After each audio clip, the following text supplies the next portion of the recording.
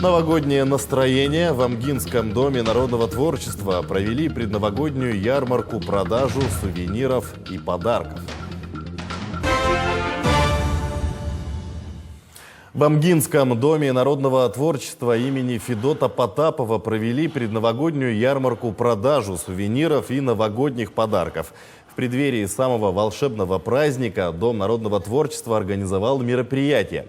На ярмарке амгинские мастерицы продавали свои изделия, сладкую выпечку, различные новогодние украшения. Александра Семенова, как и многие молодые мамочки, сидя в отпуске по уходу за ребенком, начала заниматься творчеством.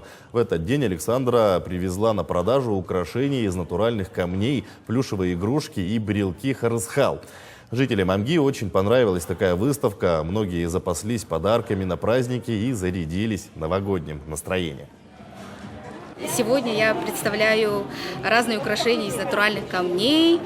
Занимаюсь своим любимым занятием с 2018 года. И сегодня также представляю игрушки плюшевые, символ грядущего года, зайчата и также харысхал.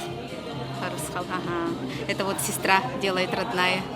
Для меня лично это как людей посмотреть, себя показать, работы, чтобы людям было интересно.